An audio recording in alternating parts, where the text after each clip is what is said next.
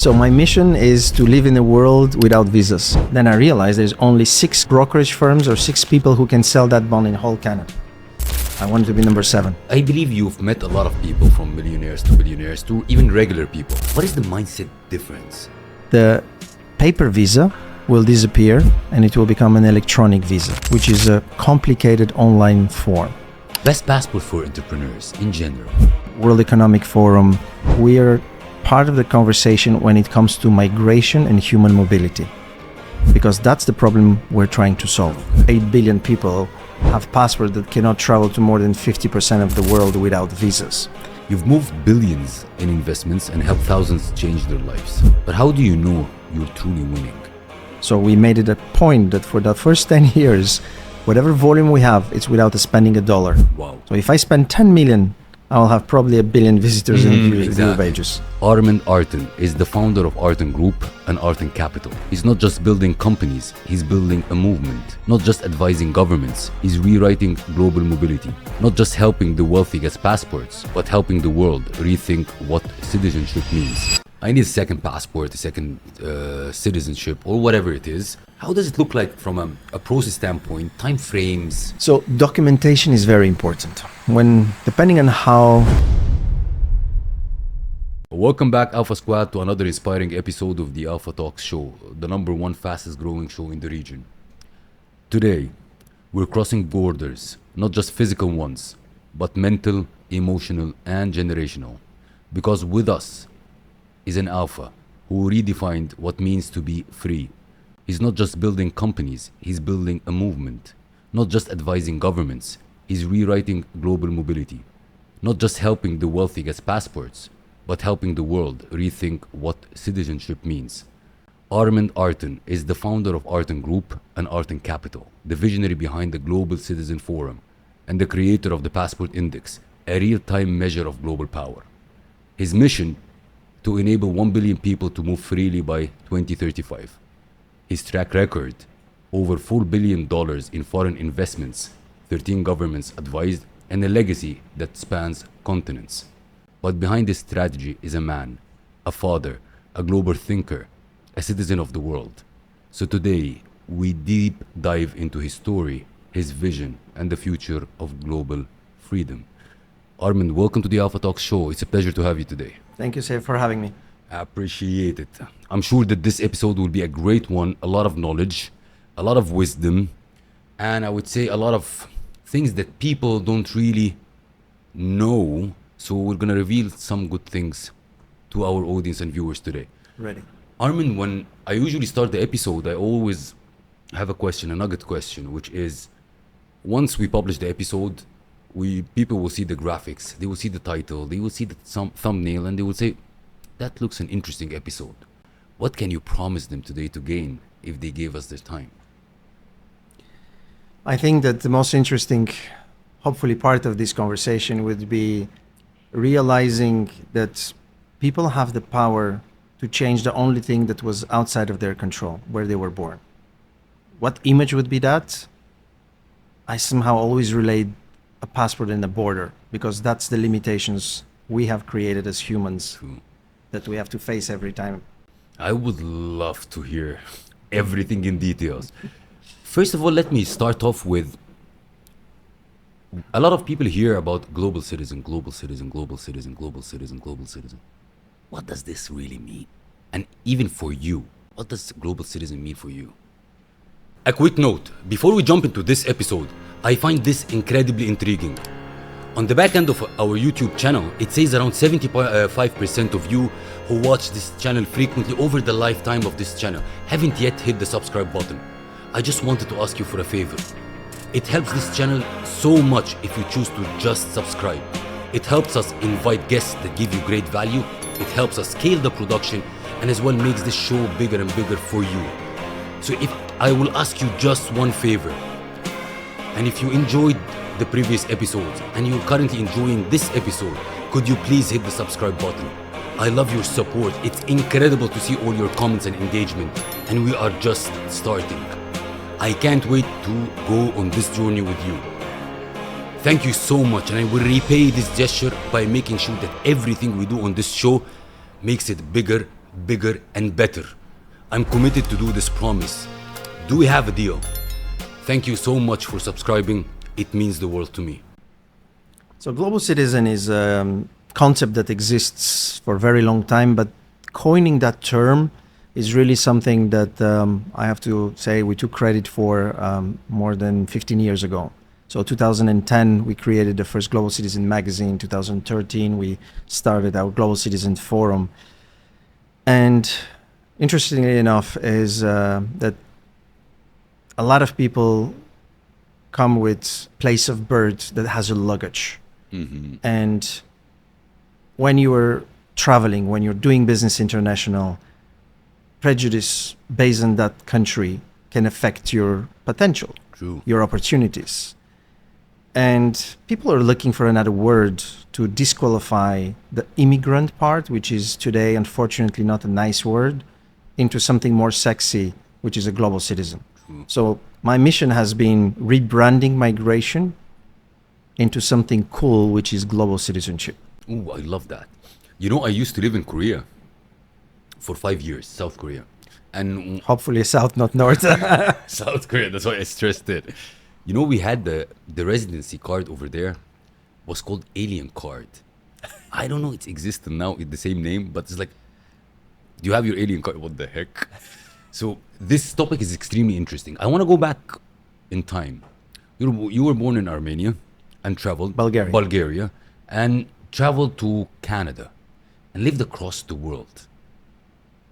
What did this, I would say, I'll not say like path, shape your perspective about overall the global, like I would say the immigration, the new passport, the second passports. So you lived this path. How did this shape you? So as many entrepreneurs who comes from very humble beginnings, I think that pushes them the drive, the hunger to succeed. I think being born with a bad passport, even though today it's a reality that 50% of the 8 billion people have passports that cannot travel to more than 50% of the world without visas. I was born in 76 in Bulgaria, communist country. The only places where we were allowed to travel was the communist bloc, you know, True. the east from the Berlin Wall, and Russia. So my parents, being from Armenian descent, spoke many languages, so they found a way to be sent to Morocco as teachers because they spoke French. Now, Europe did not exist in the form and shape we know it today. So it was 14 countries, and instead of taking a plane, they said, we're going to take a car. So for 5 years, before I was 8, 9 years old, every summer we're crossing from Bulgaria to, at that time, Serbia, Austria, Hungary, Italy, France, up to Morocco. 14 countries each way coming back. So 14 visas. Oh my God. Every summer. Imagine. So as a child, because all the family had to go to these embassies and apply for the visa. So I remember, I would say strange, but yeah, 5, 6, 7, 8 years old, have these images of lines and borders at immigration, you know, waiting for hours at borders to make sure, are we a refugee or we're just crossing the border? We had to say, no, we're teachers. We're, you know, just crossing your country, going to the next one, and we're going to work there. And so that trauma, I would really call it a trauma, converted into a calling. And before I was 12 years old, I said to my parents, I want to move to North America. I knew two things. I wanted to be a broker on Wall Street, and I wanted to have an American or North American Canadian passport. So my parents followed me. It's not the other way around. Oh, really? I pushed them at 12 years old. I said, if you don't come with me, when I'm 18, I'm going to go alone. And this is where they decided that, you know, Canada was French speaker, so that was for them a country where they can see themselves. They were pharmacists and accountants. So we went through the whole immigration process, and in 92 we landed in Canada. And very quickly I discovered the power of a country who welcomes immigrants without calling them aliens. Exactly. 2 years later, I was in the best private college. First of all, when we arrived in Canada, we had 4 suitcases and $4,000. And we had to go through social welfare for the first years, lived in a 1-bedroom apartment in the most prestigious area of the city, but in the shittiest building. And my parents always, you know, better be in that area and go to the best school. So 2 years later, I ended up in the best private college with Justin Trudeau, who is the prime minister until recently. And that school have done more than 6 of the prime ministers of Canada over the last 50 years. Graduated, went to finance, started working in banking. All my dream became reality. I had a Canadian passport. Oh, oof. And now I went back to Europe, start traveling. Same those borders. Immigration officer with a smile. Yeah. Oh, we love Canada. Welcome. It's like, no, I'm the little boy. Yeah. 15 years ago, you didn't let me or you questioned me. remember. It says born in Bulgaria. I said, Yeah. yeah, but it says Canada, right? So that little paper, I just even brought one here for, it's not here. That little passport paper. Can we get Yeah. from the jack? Yeah. That little paper that, costs $10 to print can change. Passport. No, it's in my The jacket in my inside. jacket, yeah. In my jacket inside the green one. Thank you. So that little passport has the power to change perceptions for somebody. Mm. And I still didn't know how I'm going to make a business out of it. And suddenly I got a phone call from one of my Chinese clients. So we can repeat that? Or? Yeah, no, of course. You can show us now. Okay. Yeah. So that little passport Mhm. that costs $10 to print can change perception, life, opportunities, and people are paying millions to have it today. True. So how you convert this notion of multiple residency and citizenship into a business came to me really by surprise. I knew that I will be a broker. I was a broker. I was dealing with multimillionaires around the world and Canadians. And I had a phone call from a Chinese client asking me to buy a bond that had 0 interest and 0 coupon. Why would you buy? I mean, it's 4% normal bond. Why would you buy? And the bond was called Immigrant Investor Bond. I had a shake already by hearing the name. I remember. What it. immigrant? And then he said, son, that bond, I don't care about the money it's going to give me. It gives me something more valuable than interest. It gives me this. It gives me the residency in Canada, the freedom and the opportunities that country has. Cool. And this is when I realized that's what I need to sell. Then I realized there's only six brokerage firms or 6 people who can sell that bond in whole Canada. I wanted to be number 7. No way. So you went in that direction. I went in because that of this? direction because of one idea, one ask, one realization. And I realized that to sell it, you need to be a partner to a government. That means you need to sign a private-public partnership. You need to have your own investment firm or a bank. There was only 6 banks in Canada. I can't be a bank, but I could start a brokerage firm. So I started a brokerage firm. I had a partner. I bought the shares out over years. I signed a Canadian contract first. Went back to Bulgaria, where I was born. But now Bulgaria became Europe. So that passport became from worthless to priceless. True. Start advising them on how you can take the Canadian model and adapt it to the European reality through residency and citizenship. Hungary, Montenegro, Caribbean islands. So over the last 15 years, we have advised now more than 15 countries how to attract people like me and you that are born in one part of the world but do not want to be limited to that. True. I want to jump into a question which I believe a lot of people want to know because it's been a long period of time. Is there a mindset difference between a person who wants really a second passport and a person who doesn't even think about it? I believe you've met a lot of people from millionaires to billionaires to even regular people. What is the mindset difference? They all need a passport, just don't know it. Some don't know it yet. To that level. To that level. When I started in this business, it was mostly Chinese, Middle Easterns, I would say East Europeans and Russians that wanted to go to West, right? Okay. They want to go to America, Canada, Australia, Europe. Mhm. Today, most of the clients are going from West to East. You have Canadians and Americans who wants to leave and they want to have a second residency or passports in Europe. You have Europeans who want to leave Europe and want to come to Dubai. They want to Wow. go to Australia. They want to go to Canada. So there is 60 million millionaires in the world, 500 million. And there is less than 500,000 people that have a second residency and citizenship by investment over the last 20 years. Okay. Every year it's 20 to 25,000 families. So there is still a big portion of the world that can afford, do not know how. And I hope by doing podcasts like yours, we're going to spread the message that this is possible It is needed, and it is the best investment people can do. I love it. And I want to ask a question, hypothetical in the future. You believe that the world will always have borders, or so? So my mission is to live in a world without visas. I'll be out of business. Very interesting. Like you have a vision. But Yeah, you think it's I believe possible? that borders will exist. We'll see. However, visas will disappear. Okay. So the notion of a border is unfortunately or fortunately not going to disappear. The difference we have even between brothers next to each other, they want to call themselves different and they will create a border. Now, how to cross that border? The way your parents and you and me are crossing a border today will be very different how our children will cross a border in the next 25 years. True.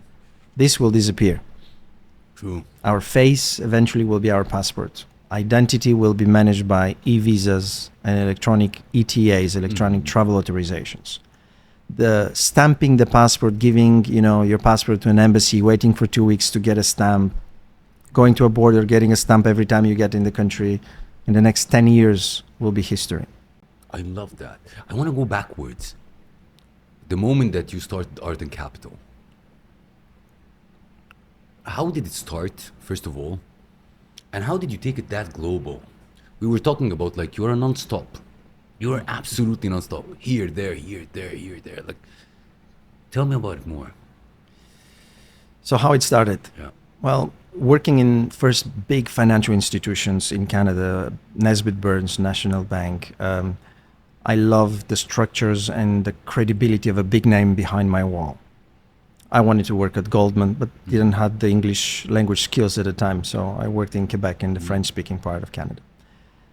And then I realized that this business, it is not for the big names and the big banks, because they do not understand. And for them, serving, this is a very innovative, very niche product with a potentially high risk for them.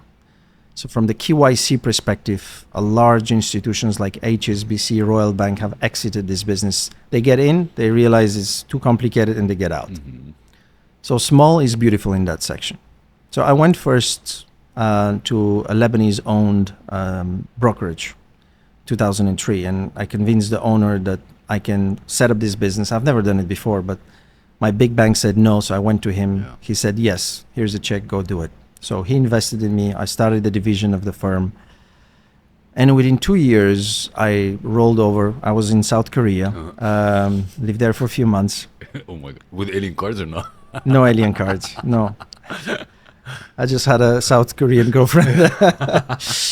And by mistake, I sent an email to my colleague saying, you know what, after two years rolling around the world and saying Hampton Securities or BMO, nobody in this part of the world knows this name. It could have been Arton Capital. They would have still do business with me. Exactly. And by mistake, I CC'd the owner of the firm, Mr. Dib. Oof. So Mr. Dib responded nicely and said, Armand, I believe in you. I think you should do it. And I was like, what do you mean? Oh my God. No way, that's So weird. this is how I started my firm. I had literally 90 days to create a company, transfer my book of clients, and do it. Not because I was forced, I was kicked out. I wished it, I think I visualized it, and by nature of the force, this happened. Fate. Wow. How many years now? Next year will be 20 years. Oh, Yeah, 20 years of Arton congrats. Capital. Congrats. Yeah. In a nutshell, what Arton Capital is doing and what kind of services it provides? Or what kind of problem it solves for people? So we solve two kinds of problems. One is, and I think the most important for us as a company to differentiate ourselves from the pack, because we want to be alphas, is we service and we solve a problem for the governments. Okay. That gives us the credibility, the relationships with now 13, soon 14 governments who unofficial website says Arton Capital is our partner. There's no other firms in the industry that has that many relationship with governments as we do. True. Doesn't mean we're the biggest, but we are the most trusted partner of many governments. We lobby in Brussels, in Washington, in Canada. So our international exposure on the governmental level, from UN to the United National Assembly General in New York, UNGA, World Economic Forum, we are part of the conversation when it comes to migration and human mobility, because that's the problem we're trying to solve. Okay.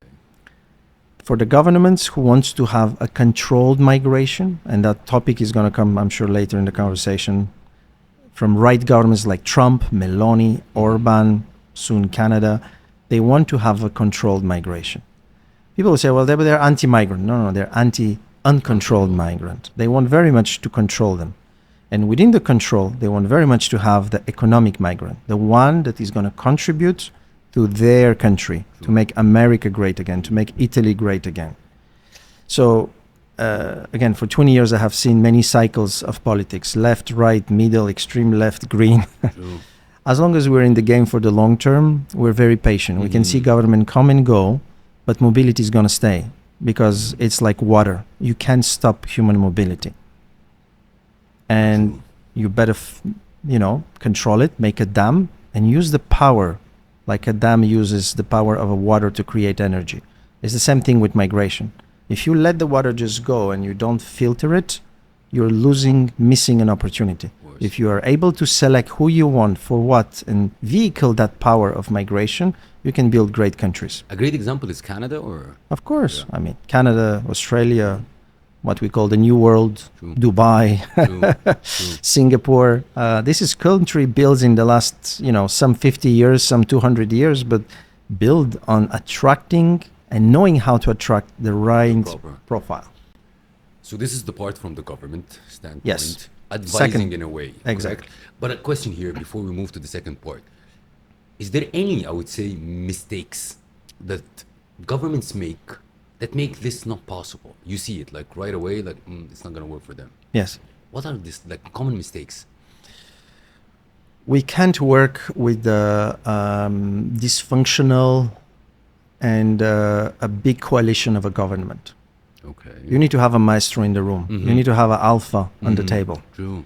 So if a government is created by too many parties from which there is too much left, center and left, we just walk away. We know it's never going to make a deal, or it's going to be very short-lived.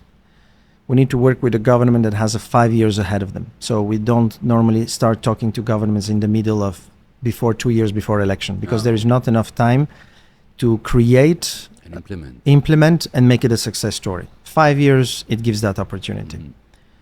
So this is the mistakes some governments want, that they want something quick. It's not It's not quick, and you need to be in power. You need to control whatever Senate, Parliament, so you can take the decisions, implement them, and make them happen. And again, in a country like UAE, those decisions, as you know, are taken from the leadership and executed within days. Exactly. So this is where you have the most efficient programs of how to attract people. I love that. So, okay, this is the government part. The second part is, once we have these products, once we have this 14, 15 product countries, and within each country, another 5 to 10 options. So you have a universe of 100 things to choose. Okay. Then you go to the clients, who are people with average of $5 million US personal net worth, up to 35 billion, the wealthiest client we have. And we advise them of what is best for them, because it's never the same thing being the best for everyone. You might like a Rolls Royce, you like a Ferrari. It's a car, but it has a different aspects. And options that are, I think, a lot. And they're changing all the time. Okay. So literally, as of the last 24 hours, Maltese is being told to shut their investment citizenship program by the European Court of Justice. Something that was available last week is no longer available today. So clients are, those who wanted to apply, they said that it's too late. Those have applied, don't know what's going to happen to their applications. So you need a professional advice. You need a company that, first of all, if I'm a client, I would see how many governments trust these companies, how long you exist, what is your reach, reference of existing clients who can demonstrate that they had a successful track record. And today, ChatGPT, internet can tell you a lot about that. True. Before you select the right advisor. But advice is needed. And this is where our role comes from, what we call the private client division and the government advisory services. I'm interested in the clients from a client side. Now they're looking for what? Like somebody's looking for like it's a freedom thing, it's a lifestyle thing. It is what? So 20 years ago when I started, it was a relocation thing. So I want to leave China and I want to go and live in America, in Canada, or in Europe. It was really leave A and go to B. Okay. Today, 90% of people do not want to leave. It's not a relocation. If you force somebody, actually like Canada, US does, you have to spend 3 years out of 4 in order to apply for citizenship, or 2 years out of 5 to keep your residency. That becomes not interesting. Why? Because those wealthy, I mean, you need to be wealthy, you need to be successful. True. So if you're successful in that part of the world, doesn't mean that you're going to be successful in that part of the world. I have seen many billionaires that came here and became millionaires, True. and millionaires that became bankrupt. True. So if you're successful running business in Middle East, in China, it's going to be hard, especially if you don't speak the language or you know the cultures of coming up with ideas there. So today it's more of a plan B. I want to have it. I want to put it in my safe in case I need it.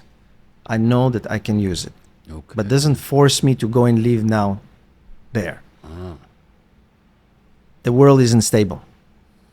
Politics, pandemics, wars. So you want to be able, if you don't have it, you're going to be stuck prisoner or whatever you are. And try to apply for a visa during COVID. You couldn't. This is why Americans, since COVID, have realized that they could not enter the European Union during the pandemic. They said, well, if I would have had a residence in Europe, I would have been allowed. Exactly. Get me one. exactly. Buy a property, invest in a fund. I love that. Armin, I will dig deep more in Arton Capital, but I will just try to go pivot a little bit because you're one of the most creative people I've met. All your ideas are interesting.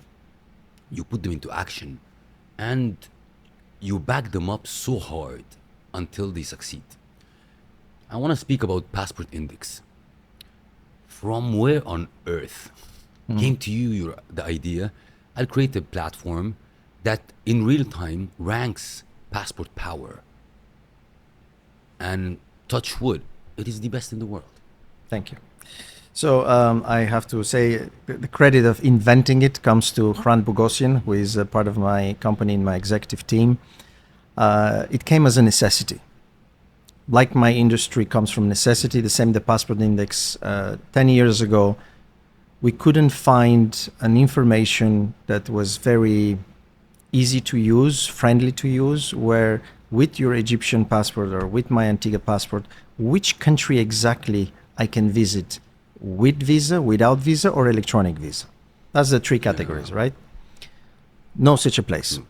There were lists of what are the most powerful passports, but it doesn't show you where you can go with it. Exactly. If you want to go with your passport from Dubai to China, yes, the airline will tell you I need a visa, but that's a single piece of information not presented in a platform the way that we did it. So initially we did it for our own stuff and our own clients. Internal, actually, it was created it without was- me knowing. so It was a internal. surprise, Wow. yes. So Hrant came to me like, I have a surprise check. I did this tool. It's internal only. What do you think? I was like, oh my God, it's amazing. I start playing. Okay, change this. Let's do that. And while we are putting it and playing with it, a journalist from Los Angeles finds it because he's looking for information. SEO picks it up, and he writes an article about the Passport Index in 2000 and I believe 13. Washington Post picks the article and writes about, oh my God, there's this platform that you can see your passport and then you can rank. And this is when we have 1 million visits in a day. The website crash. I was like, okay, we're into something.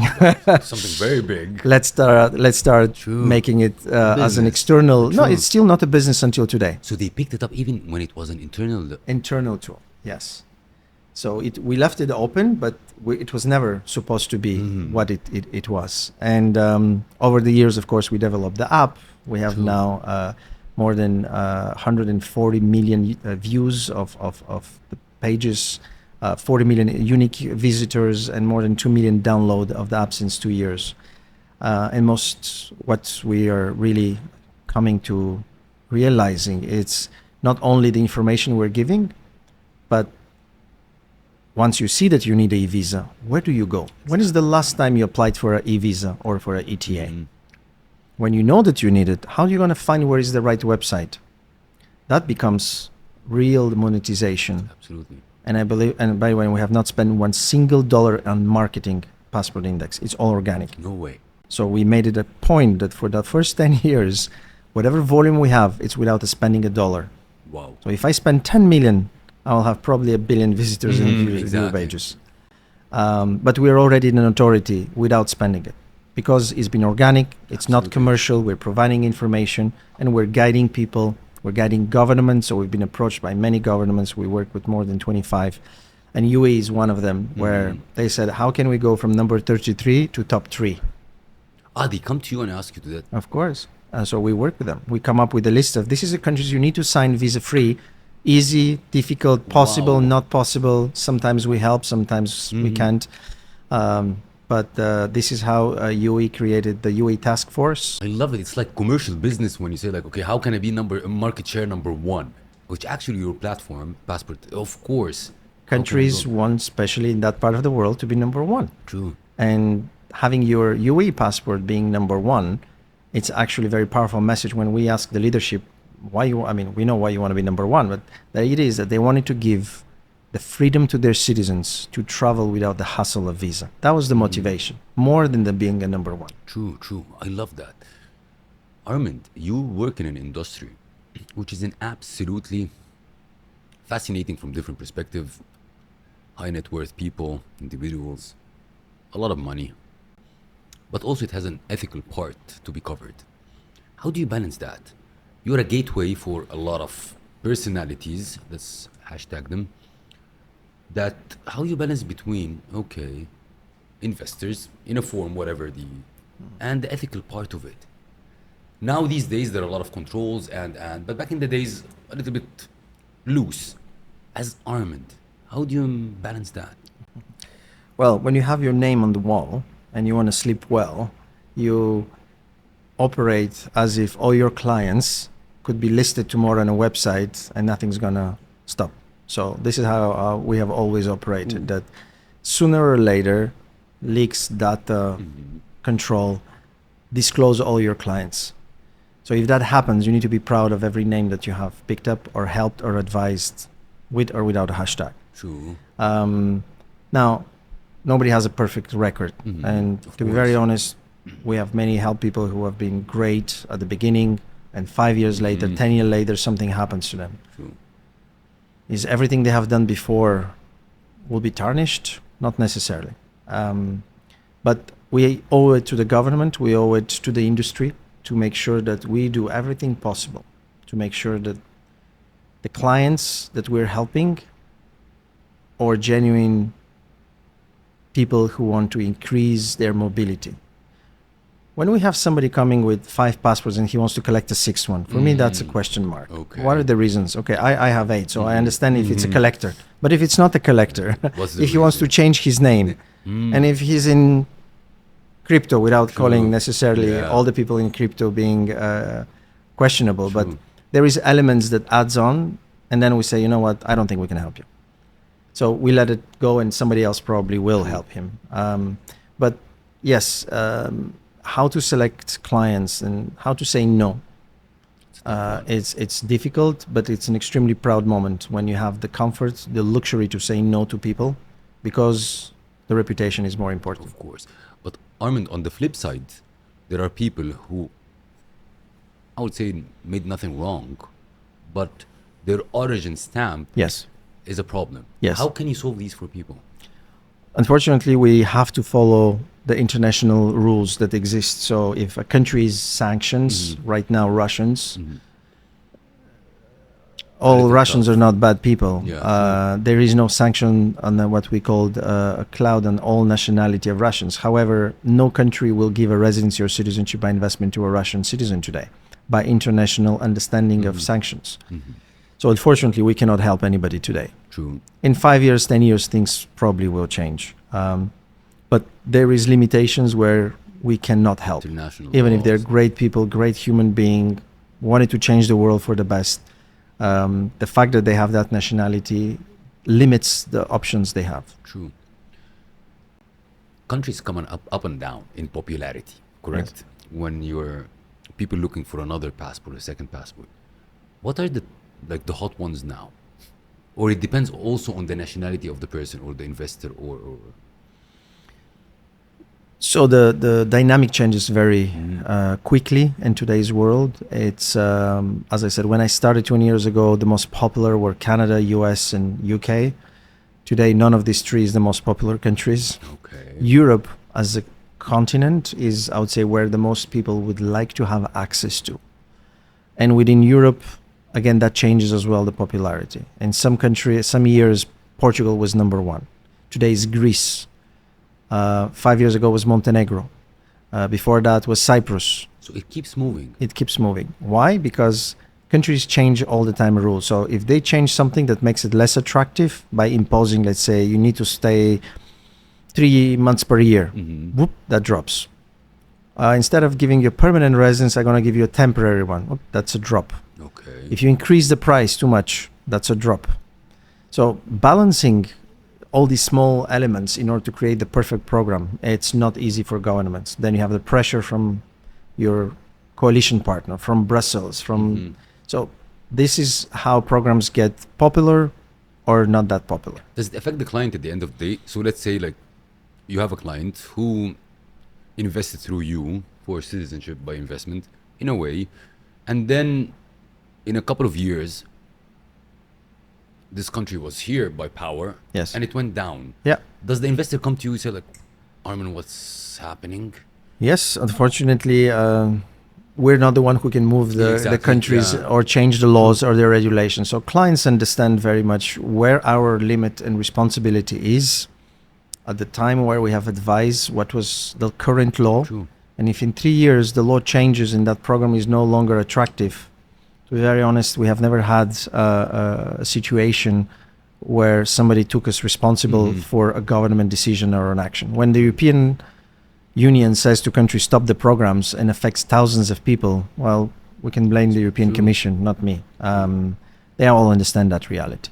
But if you have misinformed them about elements of the law, saying that you don't need to speak the language, but at the time when you go to get the passport, no, you have to pass an exam, and it's been always there. That's an example of misrepresentations. True. One interesting thing, you have a lot of clients. What is the frequency of people applying for second citizenship or second passports? I want second, third, fourth, Yeah. fifth. Like how this is part of the world. Unfortunately, our business has been very transactional so far. High volume, a lot of intermediaries. A lot of people will recommend bankers, family offices, law firms, their clients to come to us because we're an expert in that specific point. And I would say 50% of our 5,000 families have come from partners. Okay. So we don't own that relationship. Okay. I cannot go back to them and say, hey, you know what, in 2 years I'm going to sell you something Yeah, else. but there are a lot of people having couple. Of course. So we realize our clients 3 years later, 4 years later, will go through somebody else. And then they will come back because that person is going to bring it back to us for another product. True. Like, why you didn't ask us in the first place? True. So I, blame ourselves not having a relationship building sales force, more of a transactional where we get paid by the government, we get paid by the client, but we're not get paid to keep that relationship Exactly. forward, And I think creating annuity, a relationship over 5 years, 10 years with the clients is my next goal. How can we convert these people not as a one-time seeing them as a revenue, but having that relationship over years? Because as you said, things changes, so they will need in few years another one, another residence, another citizenship, because that product went down. They need to replace it with something better. I love that. For people watching us now, there is a big portion, they won't understand what needs to be done, okay, in order to have a second passport or a residency or. So let's make a quick role play. So I knock the door, Armand help me. I need a second passport, a second citizenship or whatever it is. How does it look like from a process standpoint, time frames, Yeah. just to give the people understanding? So documentation is very important. Depending on how organized you are, it's going to depend on how quickly things are going to be done. But from the moment you walk into an office, you sit down with an advisor who's going to first understand what is the need, why you are here. Do you need a second passport or second residence? Where you want to go? Is it to relocate or just to have access to? Once we understand your need as a doctor, we'll come up with a recommendation. So we'll say, Seif, we recommend you to get a passport of Antigua and a residence of Hungary. Combined, that's going to require a $500,000 investment, 250 and a 250. Now the documents are the same pretty much across all the countries. We'll ask you for your birth certificate, starting from when you were born, marriage certificate, birth certificate of your kids, police clearance of you and your wife. Make sure that you don't have a criminal record. Where do you work? So your CV, your current position, your salary or your financial statement, income. If you are paying your taxes in a country, in Dubai, thanks God, not yet.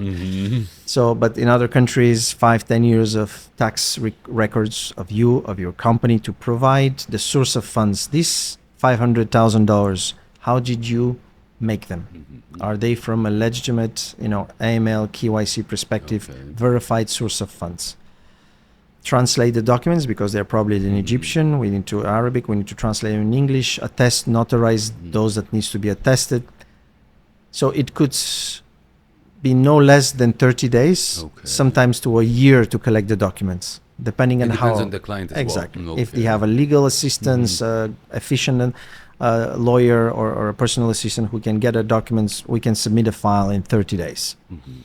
And then the government will receive it, will audit it, verify. There will be a third company doing a due diligence. So within no less than 3 months to sometimes a year, you'll get, okay, you're approved. Now you have to make the investment.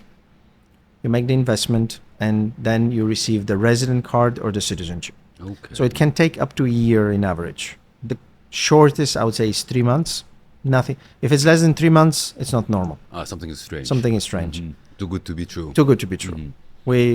Governments don't like when it's too quick. International agency don't like. That means somebody's not doing his homework. Exactly. Or something. We're giving something very valuable. It's a security. It's a document. You cannot verify in today's world information that quickly. I think AI is going to change that. We see that today technology can validate things that 10 years ago took us much longer. You can translate things with an AI in a minute, something that I had to send to a translation company 5 years ago. So yes, things will accelerate, but there still need to be done homework, due diligence, verifications before they grant you. There are a lot of clients that got rejected in a way. Yes. It happens. In average, within the industry, I would say it's between 10 to 20% clients get rejected. They get, first of all, first layer of rejection is us. That means that we will reject if I find out that you had a criminal record or you're an Interpol wanted list or your father was a president and you cannot declare how you made the money. Then that is a first part of rejection. Sometimes we will accept you. However, depending on the government, some of the requirements you might not fit in. Some governments ask for a medical check. So you could have a disease that the government does not want to have, like UE also, and Canada. There's certain disease that is going to be too costly for the country to take care if you respond for them. 2, security check. You might have hidden something that the government security service will find that we couldn't, that is not in an open space about a record or something, or defamation case or ongoing court case that the government will decide that it's not red, it's an orange risk, we don't want to take it. So you could get rejected. And the third is, you could not prove how you made your money. You have the money. It's $5 million sitting in my bank account. Can't really explain. It came from a Bitcoin and I sold this house, but how did you buy the house? So that could be a problem. Shady, it doesn't work. Yes. This is the main reasons why somebody will reject it. Reputation, source of funds, security, or medical. There is no other. It becomes on a blacklist. Somebody got rejected. And it means that you can never apply again for a particular Not reason? necessarily. Some countries work in a consortium. So the Caribbean islands have a centralized verification. So if you're rejected in one, you can never apply in the others. But you could be rejected here. You can go to Europe and apply for a European residence. They don't talk to each other. In the form, there is always, have you ever been rejected? People can lie and there is no way for us to find if it's not being put in a system somewhere. things can change as well. So you could have an ongoing case, so you could be rejected. Then the decision comes, you're Exactly, innocent, true. you can apply. So yes, That's why I believe like your company job is extremely important to make the first screening very proper in a way, not to go to the next level. of And course. Especially in that part of the world, because of the last 20 years success of the industry, we have attracted a lot of companies who came out of nowhere with a nice fancy website and a couple of girls in a stand in the airport or in a mall started offering these services and attracting clients without having the proper know-how, selling products that were paying the highest commission, not that were the best for the client. So it has gone through a maturity of the industry where a lot of those players have been wiped out, blacklisted. Governments have gone to clean. Currently, we're in the process of what I would call it's really a restructuring of the industry, which players like us see can only as a benefit. But we have gone from no competition to a huge competition with a balance right now. Of course. Yeah. What is the price point for such investments in general, though? The range? It starts from 100,000 Okay. and it goes to 2.5, $3 million. Let's talk about the 500. What's the 500? The 100. The 100? So the 100 today will allow you to have residence in Latvia Okay. by in making an investment. It's a temporary residence, so you have to renew it every 2 to 3 years. Okay. If you want to have a permanent residence, it's 250,000. Again, in European countries, in Hungary, in Bulgaria, it's 500,000. In Malta, it's 200,000. Greece is 250,000. Then we move to citizenship in the Caribbean, starts from 250 to 350,000. Okay. Then 1 million is Malta, which is no longer a program as of two days. So As of 2 days? yes, they just stopped it. No way. Yes, the It was European super famous. Yeah. yes, European Court of Justice said what you're doing is illegal. You cannot sell citizenship. Stop it, change it, and then we'll talk. Canada is 1.2 million. US is 1 million approximately. Australia is 2.5 million. So yeah, it goes up to those. For the people who are just, okay, I want to have a taste of it. You understand? Like, which kind of program do you recommend? Or it depends also on the nationality of that person. Yes, it's a mix. It's a mix. You can have a taste of it. It's not a test drive a car I can take and can I No, experience I it. mean and- from a standpoint, okay, let's say safe. Okay, you told me like there's 100K and a 2.5 Yeah. M. yeah, I feel I need a second thing. yeah, Okay. But still, like, no, one leg in, one leg back. You understand this Yeah. feeling? So, which one, like, let's say directly safe, which Yeah. one do you recommend? I'm not gonna go for a 2.5 M. I don't see the benefit to me 100% as Yeah. safe. yeah, But okay, you need something safe, of Yeah. course. yeah. So actually, you do need safe one. Bluntly. We talk about it. Exactly. You need access to Europe. Yeah, Right? 100%. So I think that I don't think I'll see you going on holidays in Canada or US, you Yeah, know, true. and you know Mhm. it's far away from the region where you are, and again seeing where most of successful people, you know, in the region from Egypt goes with the Egyptian passport is European programs, Of course. and there it starts, as I said, from 100 to 250,000. 250,000, you buy a property, you invest in a property in Greece Mhm. or in Hungary. You have an apartment, you can go there in the summer, you have a residence card for you and your family. True. In 5 years, 10 years, you might want to sell it. You have not lost your money, and you keep that residence if it's a permanent.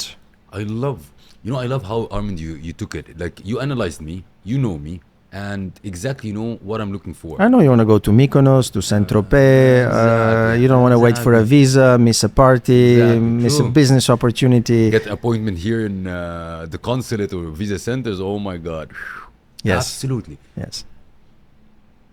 You work in an industry that became an absolutely, I don't want to say just competitive from just a lot of companies, but competitive from legit business or companies, and also the people who wants to.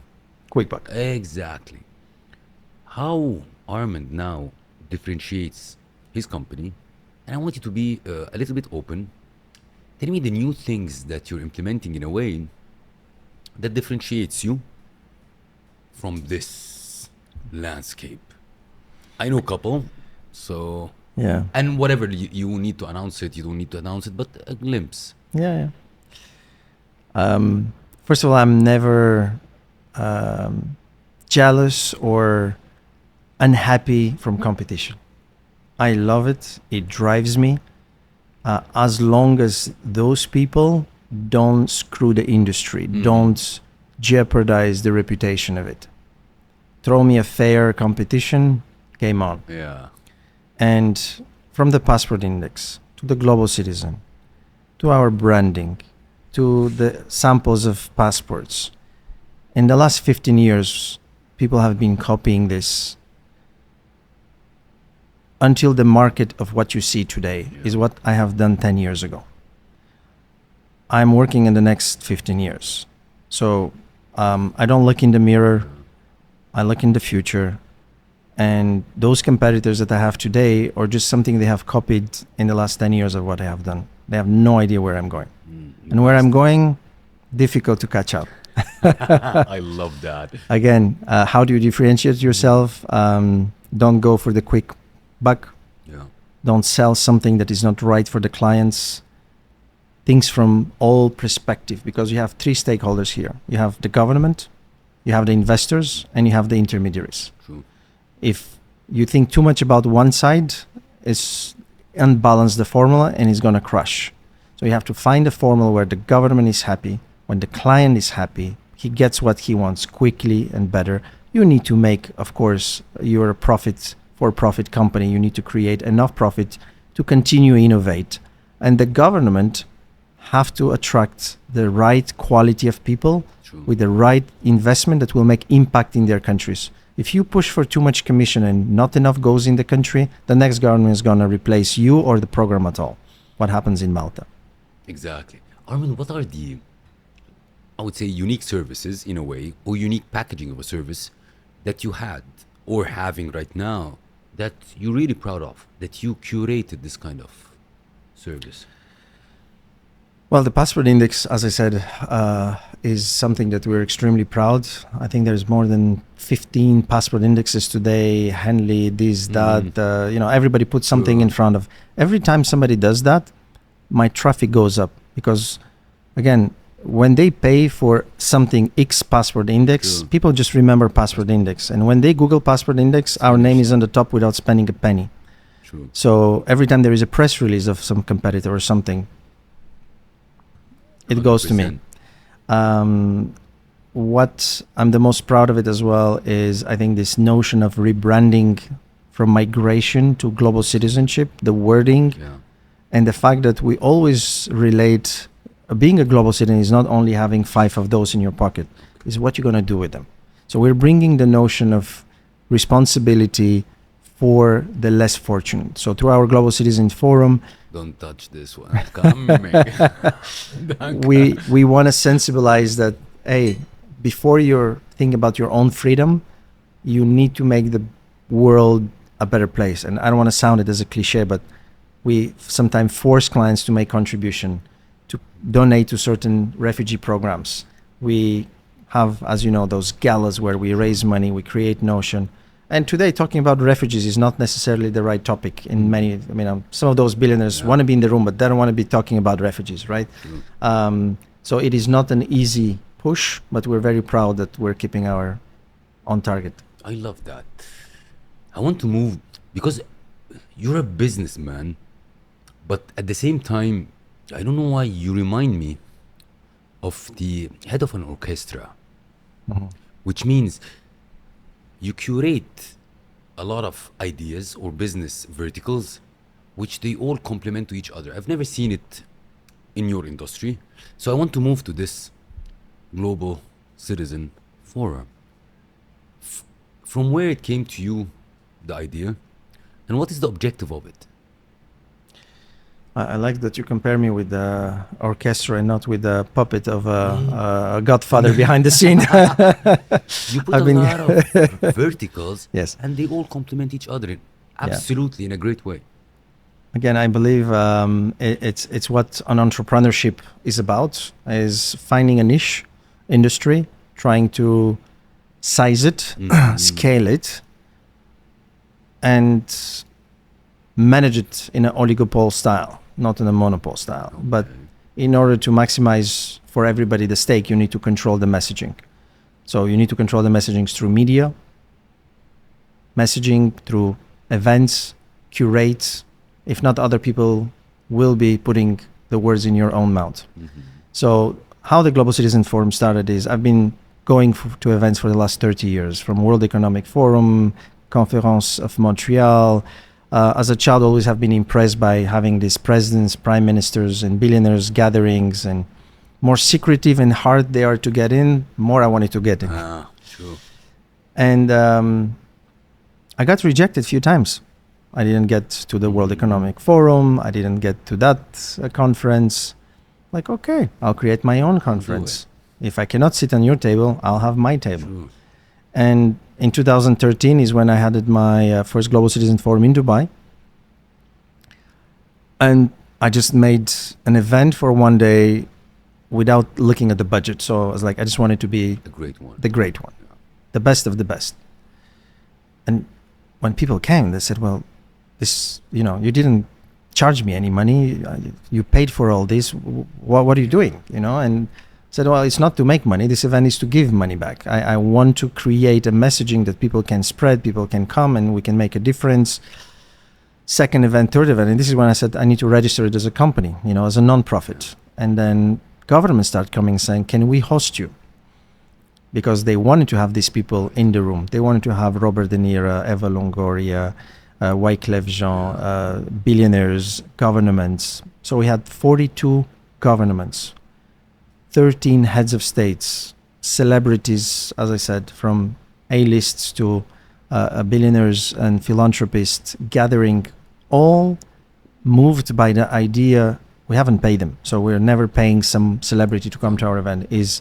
We're making them come because they believe in the same notion of global citizenship, that we can move a needle. They all have to have an immigrant background to understand it, even if it's sometimes a second generation, but they need to have that feeling of what we're doing and the big why behind it. And that became the success of Global Citizen Forum, where it's an experience. People are again, one of the most touching of moments I had as an idea, and I realized that is Yusra Mardini. Yeah, of course. When I met her and heard her story, I wanted my group of clients and CEOs and governments To hear it, but more than to hear it, to experience it. Yeah. So when she came to speak at the forum, we had a dinghy. We put it on the beach, and we put 3 presidents, few billionaires, and said, go in the water and tell them now, what is the feeling, what goes in your mind when that dinghy is sinking and when you have to throw every valuable thing you have in order to survive. And when we came back, we had raised the highest amount that night, because these 13 people just experienced something that no video can do that. I got goosebumps already, literally. So this is the kind of things that we want to, as I said, transform in the way of experiences, of topics that have created the Global Citizen where we are. I love that. Where is the Global Citizen Forum going forward? Is it something hidden? Is it something people should be waiting for, something coming soon? Yes. What can you So tell? we had a great 4 years relationship with the leadership of Ras Al Khaimah. We were guests, and our patron, His Highness Sheikh Saud, was an incredible host. During those years, Ras Al Khaimah was transformed. I will not take credit for everything, but in a part, yes. In 21, when I was inviting those celebrities to go there, they couldn't find it on the map. And today they are all flocking to buy properties related to around the casino and coming with ideas to His Highness to build from film studios to recording studios and restaurants, hotels, hospitality. So we have witnessed, and we've been part of that success in Ras Al Khaimah. So we're taking this to the next country. I can't disclose where, but it's in the region. And we want to help that country position themselves in the way they want their 2030, 2050 vision to be. I love that. And I think a lot of people will be looking forward for the reveal of which Very country soon. is that. I love that. Armand, is there anything in the industry of second passports, citizenship, that nobody's seeing that it's coming in the future, but you see it? Yeah. What is it? The truth is that regardless which passport you have and how many passports you have, in the very near future, you will have to apply online before every single trip for an electronic visa. Okay, that's interesting. The paper visa will disappear and it will become an electronic visa, which is a complicated online form. The no visa between countries will be transformed into an ETA, which is electronic travel authorization, which is a simple visa. But there will be all the time in the next 10 years a request for you before any of your travel to fill a form online to pay a fee before you board. And guess which platform will centralize that information and provide you that access with a simple click like a PayPal or Apple Pay from your phone for all your ETA and e-visas going forward. On the spot.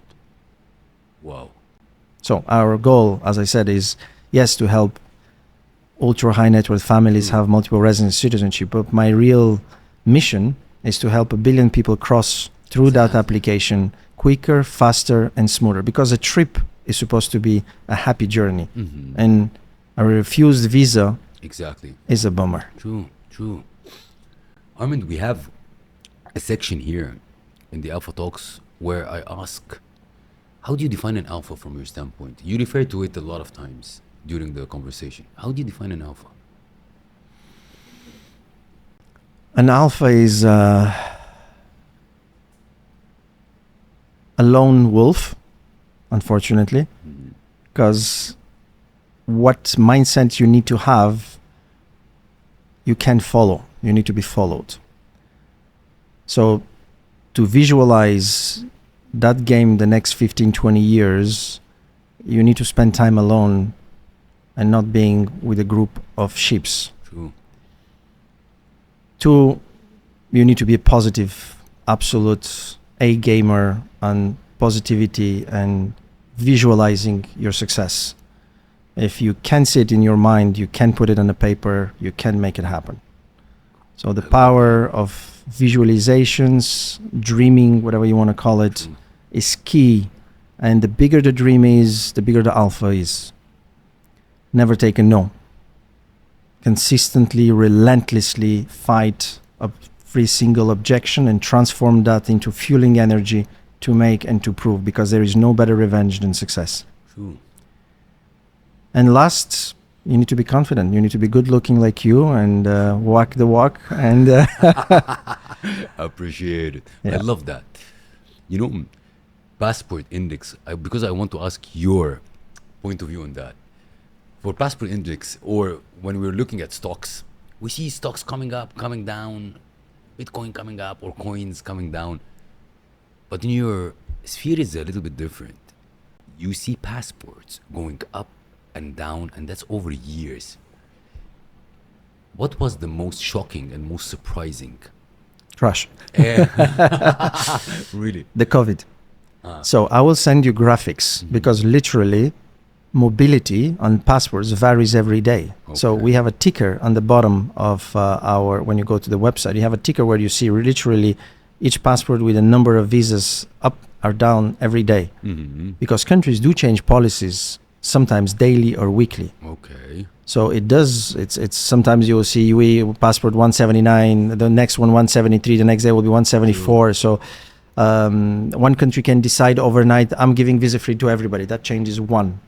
Other one, oh, you're Russian, now we're going to request visa. So those things, just monitoring 199 countries' foreign policy as you can imagine, is crazy. Absolutely crazy. But yes, the biggest shock of human mobility and drop of passport freedom provided through the visa-free agreements was COVID. So we have literally the world openness score, which is the 199 by 199 is 40. If all the countries has a visa-free, the score will be 41,000. It just dropped like 50% during COVID, literally, like the stock market. It followed it. So actually, there is a correlation. The stock market goes up, people have money, they travel more, countries open up because they need them. There is a crash, there is economic resilience, countries are closing borders, me, myself first, that brings passport down. I love it because I'm just imagining it. Like, it's like really an absolute I'll send you the graphs. Really. Please do. Yeah. If I ask you something or what is the favorite failure you had in your life that you're grateful for? What that failure would be?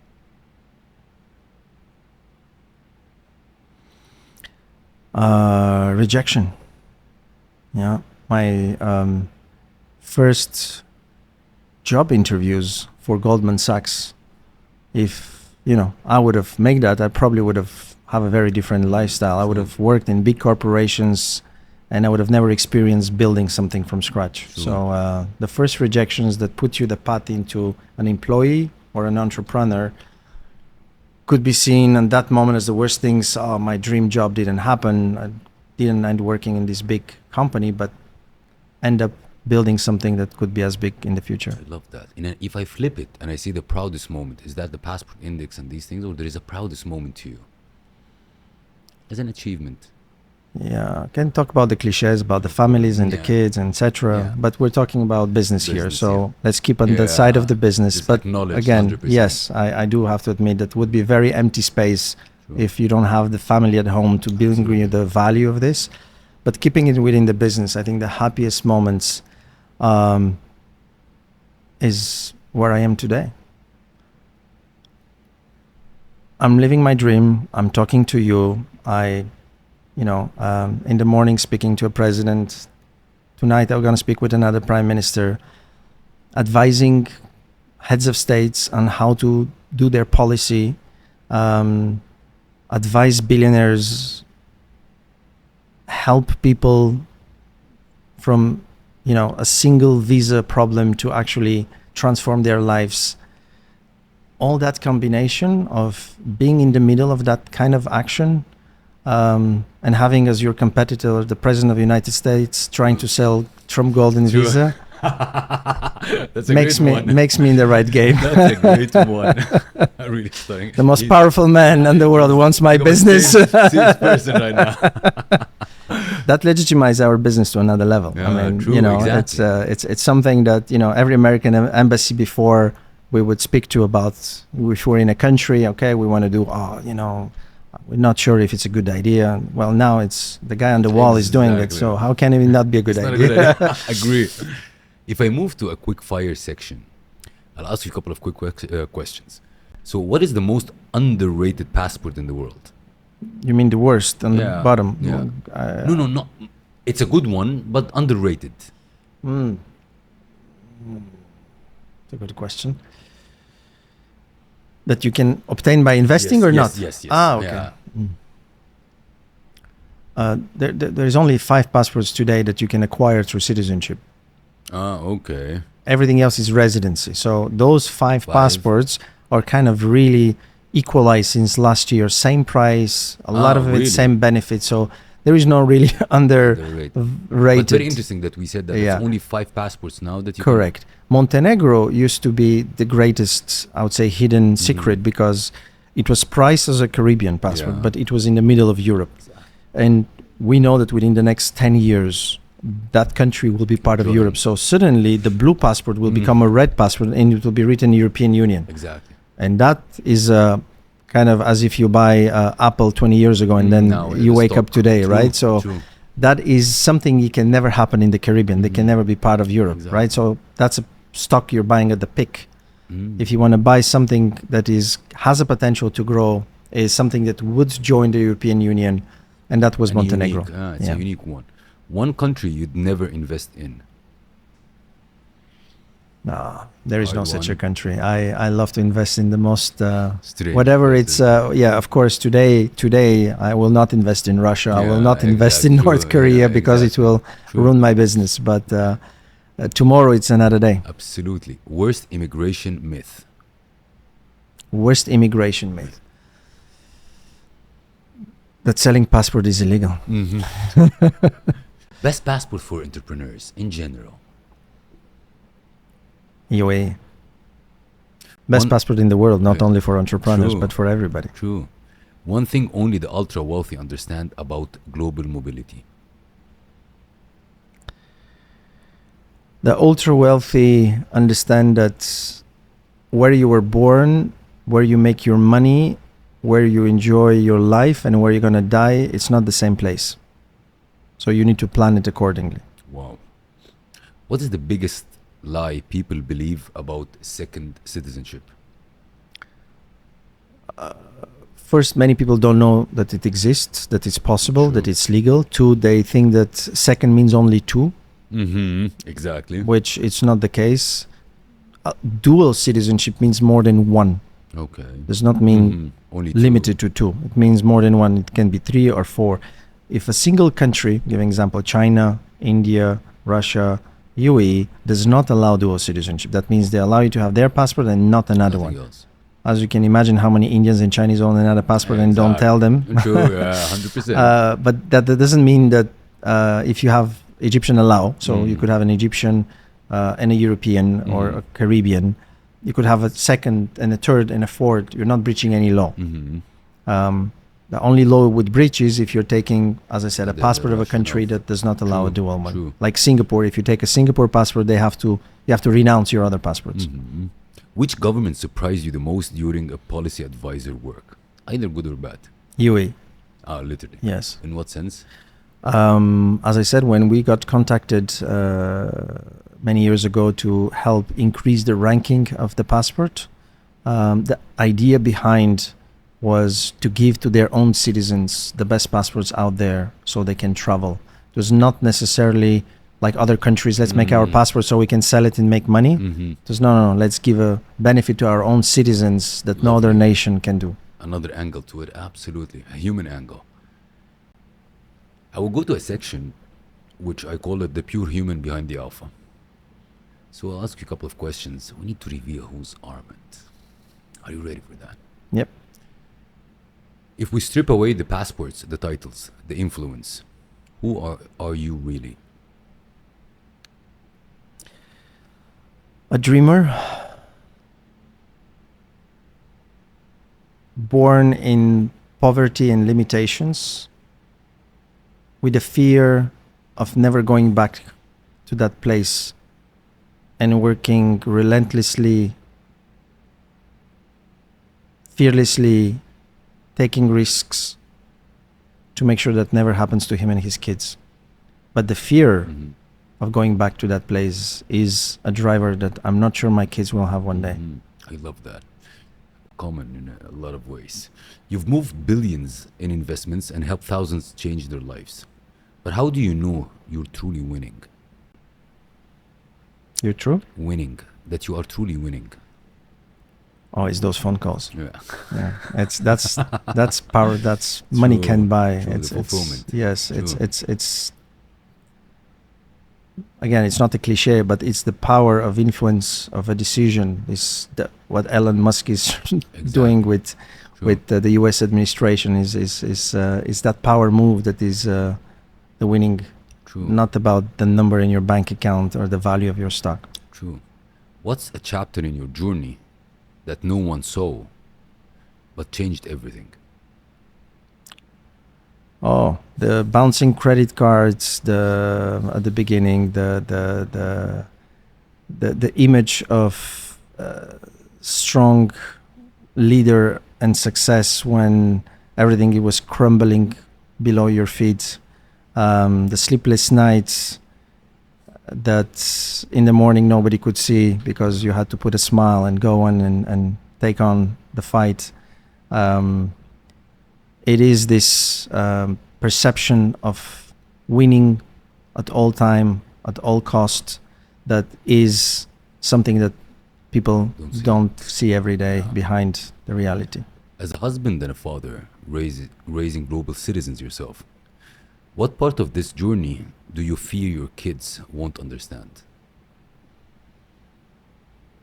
Well, my daughter, who is anti-alpha, is going to be watching this one day.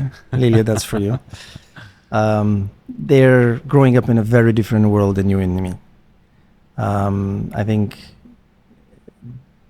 the challenges we had as kids and what drives us in our businesses are not the same drivers that they have in today's world.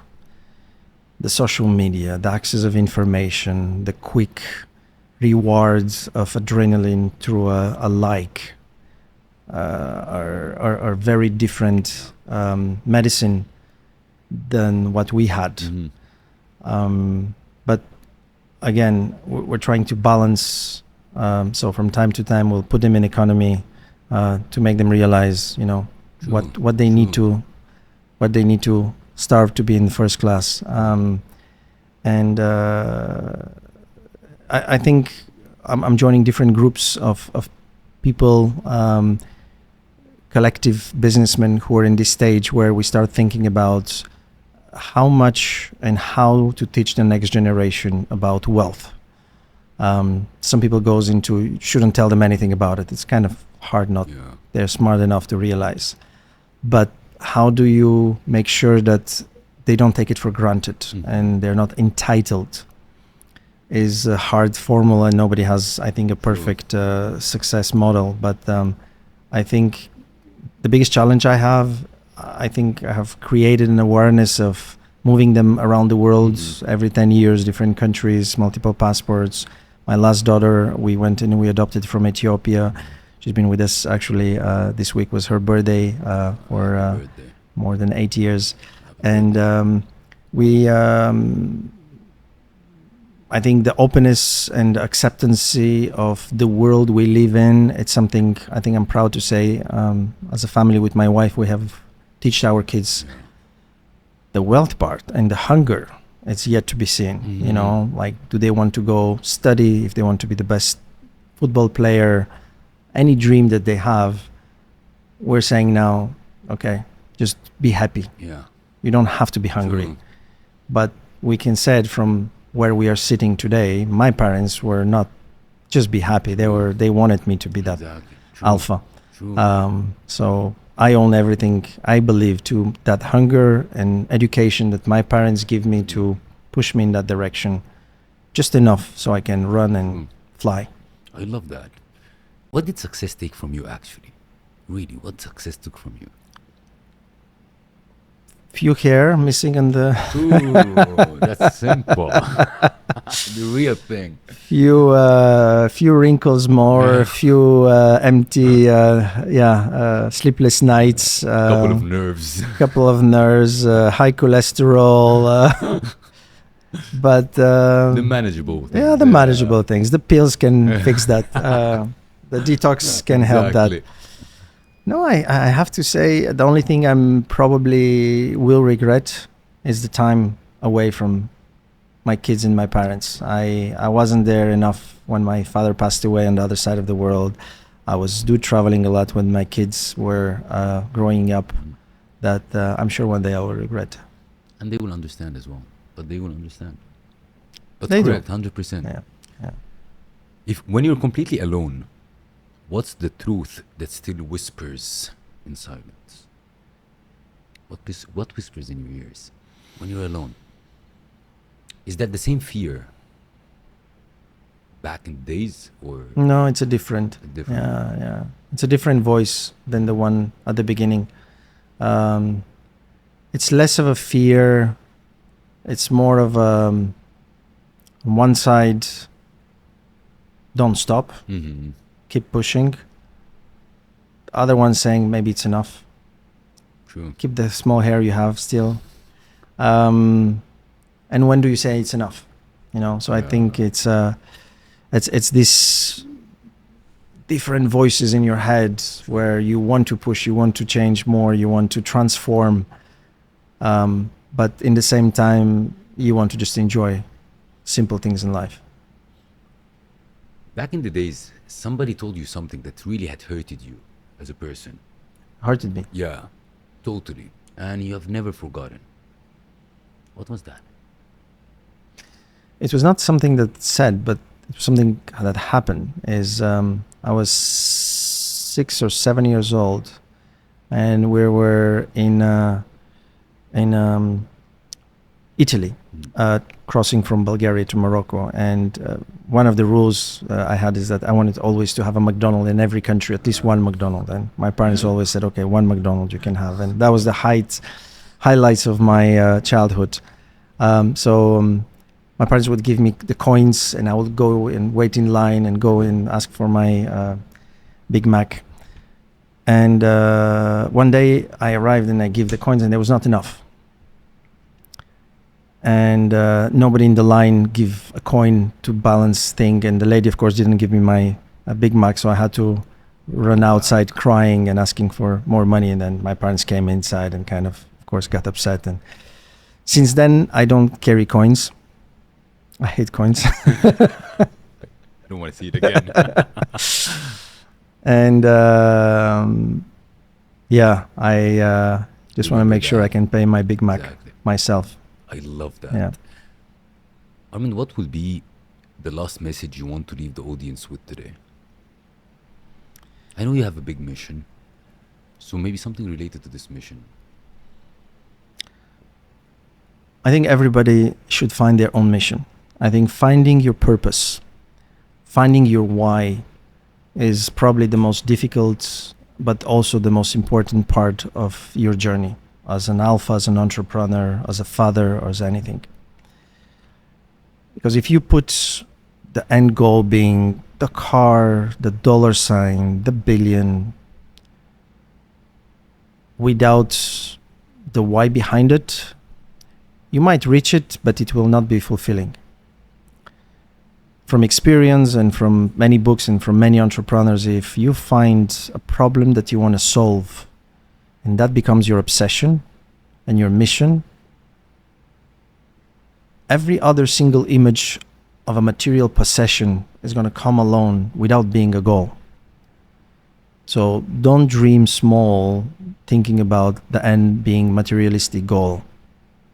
Picture something bigger than that as a big problem that you need to solve, as a real mission that is transformational and is true and not fake as well. Many people put some nice words about the vision, but you can see behind it is the dollar that he wants. Oh, exactly. So I want to move 1 billion people. Does it gonna make me a billionaire? Probably, but I don't say I want to be a billionaire. Because I know if I solve a problem, it doesn't matter what it is, from a Q-tips to a visa for 1 billion person, you will be very successful. True. I love how you put it. There are a couple of things I'll ask you, and then I know you're busy.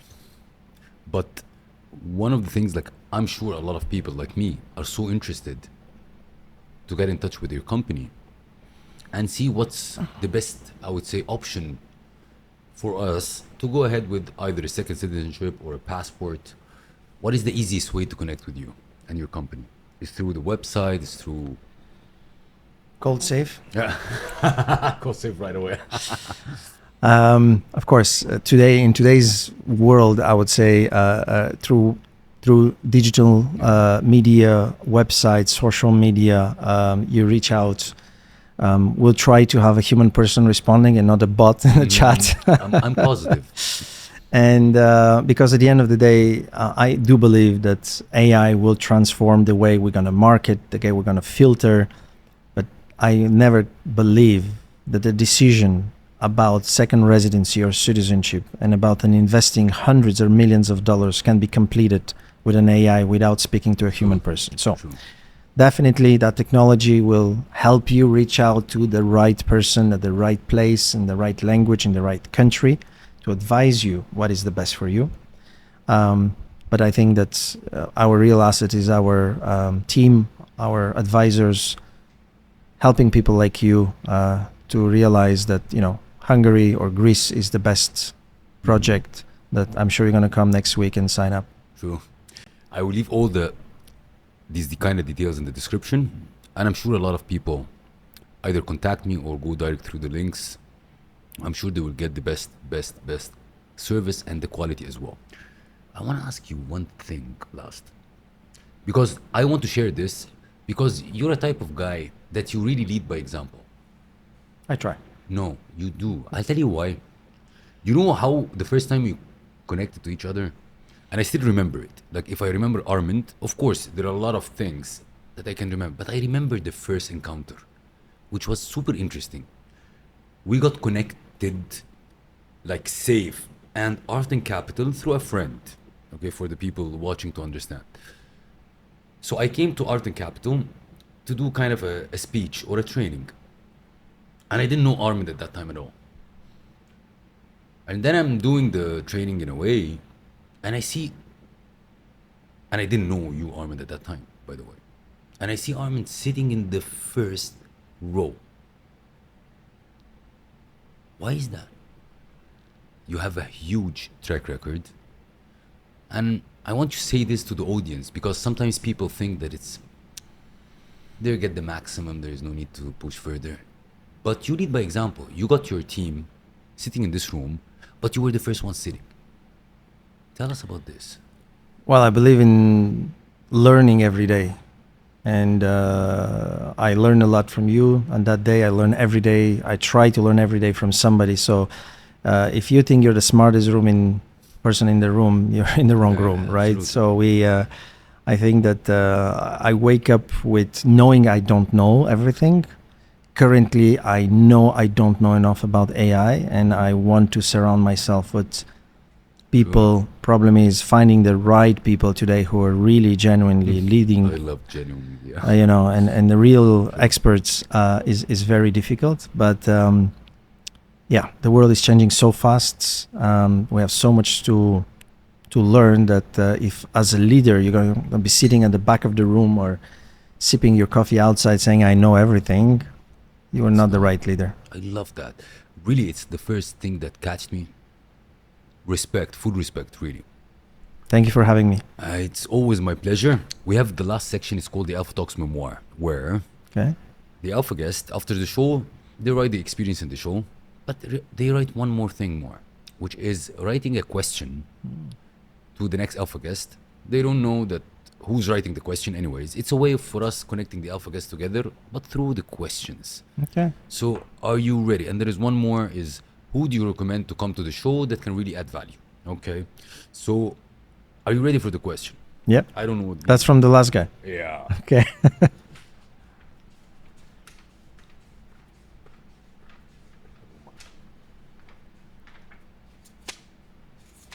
It's Korean, so I have to change. Really? With the one before. Okay. What is the most...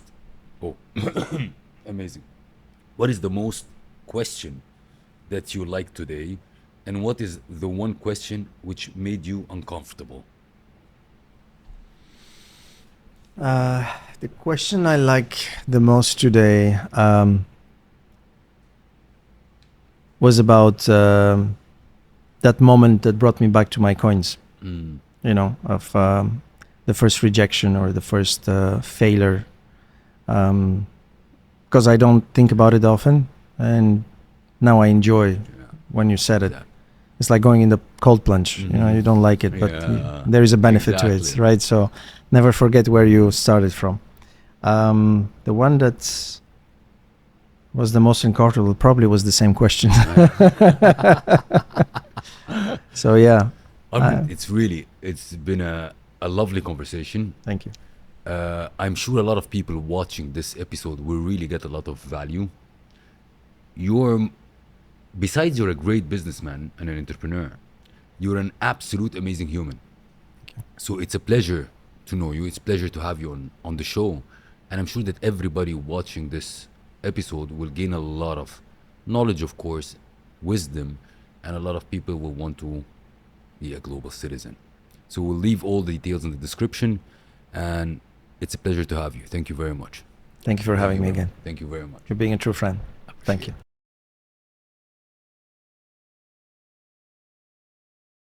That wraps another inspiring episode of today's show.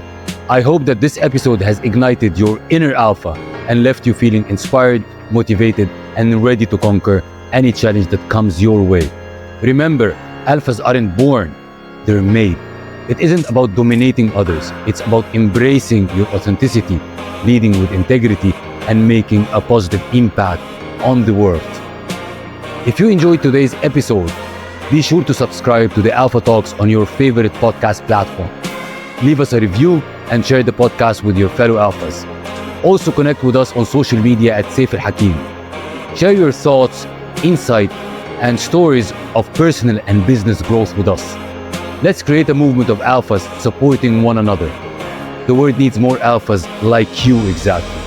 Until next time, stay bold, stay driven, and stay alpha.